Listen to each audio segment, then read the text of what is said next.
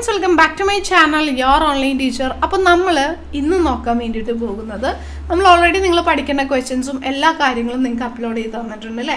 ഇനി നമ്മൾ 8 മാർക്കിന് ഏതൊക്കെ ചോദ്യങ്ങൾ വരും എന്നാണ് ഒരുപാട് പേര് എന്നോട് ചോദിക്കുന്നത്. 8 മാർക്ക് ക്വസ്റ്റ്യൻസ് ഏതൊക്കെയാണെന്നുള്ളത്.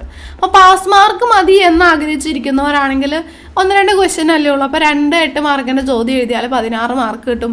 പിന്നെ കുറച്ച് 1-2 ക്വസ്റ്റ്യൻസ് കൂടി അറ്റൻഡ് ചെയ്താൽ സുഖമായിട്ട് പാസ്സാകാൻ വേണ്ടിയിട്ട് പറ്റും.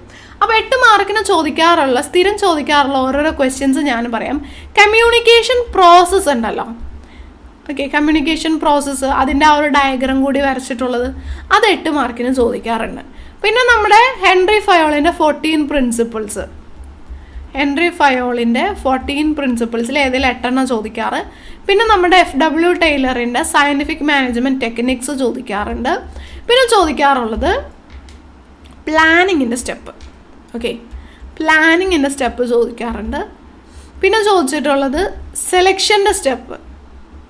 സെലക്ഷൻ്റെ സ്റ്റെപ്പ്, അതുപോലെ സ്റ്റാഫിങ്ങിൻ്റെ സ്റ്റെപ്പ്, സെലക്ഷൻ്റെയും സ്റ്റാഫിങ്ങിൻ്റെയും സ്റ്റെപ്പ്.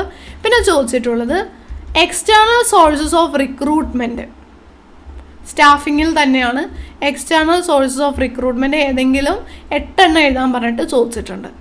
പിന്നെ ചോദിച്ചിട്ടുള്ള ചോദ്യം എന്ന് പറയുന്നത് ഫാക്ടേഴ്സ് എഫക്റ്റിംഗ്, അത് 3 ചോദിക്കാറുണ്ട്.